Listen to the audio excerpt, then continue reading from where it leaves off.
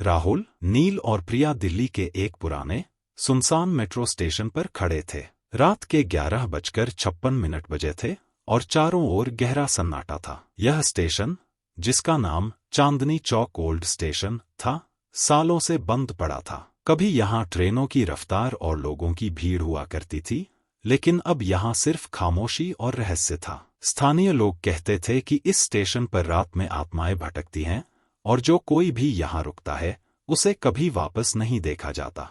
राहुल को इन कहानियों पर हंसी आती थी। उसने नील और प्रिया को चुनौती दी कि वे रात भर यहाँ बिताएंगे और साबित करेंगे कि ये सब अफवाहें हैं। स्टेशन का मुख्य प्रवेश बंद था, लेकिन एक टूटी दीवार से वे अंदर घुस गए।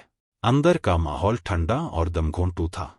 हवा में एक पुरानी, सड़ीगली गंध थी और दीवारों पर काई और दरारें थीं। टूटी टाइल्स और जंग खाए रेल के टुकड़े बिखरे पड़े थे। राहुल ने अपनी टॉर्च जलाई और आगे बढ़ने का इशारा किया। देखो, यहाँ कुछ नहीं है, बस एक खंडहर है, उसने हंसते हुए कहा। लेकिन प्रिया को कुछ ठीक नहीं लग रहा था। उसने धीरे से कहा, राहुल, मुझे लगता है हमें वापस चले जाना चाहिए। यहाँ कुछ अजीब सा वाइब है। राहुल ने उसकी बात को नजरअंदाज कर दिया और बोला, अरे, डरपोक मत बनो। चलो, प्लेटफॉर्म तक चलते हैं। तीनों प्लेटफॉर्म की ओर बढ़े। वहां एक पुरानी मेट्रो ट्रेन खड़ी थी, जिसकी खिड़कियां टूटी हुई थीं और बॉडी पर जंग लगा था। अंदर का अंधेरा इतना गहरा था कि टॉर्च की रोशनी भी उसे भेद नहीं पा रही थी। नील ने पूछा, क्या हमें इसके अंदर जाना चाहिए? राहुल ने बिना सोचे हामी भर दी। जैसे ही वे ट्रेन के पास पहुंचे, उन्हें एक ठंडी हवा का झोंका लगा। प्रिया ने पीछे मुड़कर देखा, लेकिन कुछ नहीं दिखा। फिर अचानक उन्हें एक हल्की सिसकी की आवाज सुनाई दी, जो ट्रेन के पिछले हिस्से से आ रही थी। नील डरते हुए बोला, यह क्या था? कोई यहाँ है क्या? राहुल ने हिम्मत जुटाई और कहा, शायद हवा का खेल है।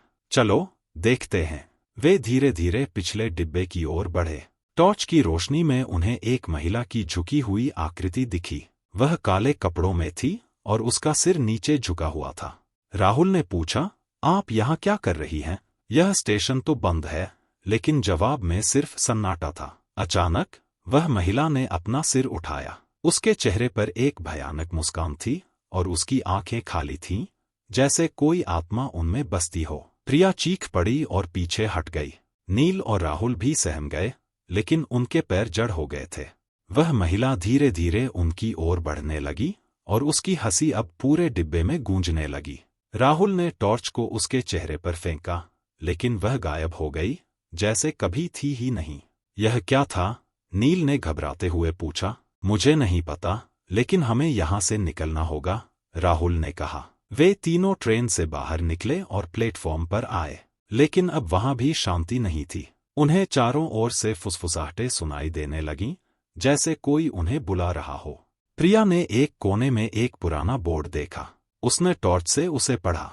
बोर्ड पर लिखा था, चांदनी चौक ओल्ड स्टेशन, उद्घाटन 1995, बंद 2012। कारण, रहस्यमय हादसा। नीचे एक छोटी सी टिप्पणी थी कि एक महिला, जिसका नाम रीमा था, इस हादसे में मारी गई थी और उसके बाद से उसकी आत्मा यहाँ भटकती है। लोग कहते थे कि वह यात्रियों को अपने जाल में फंसाती है।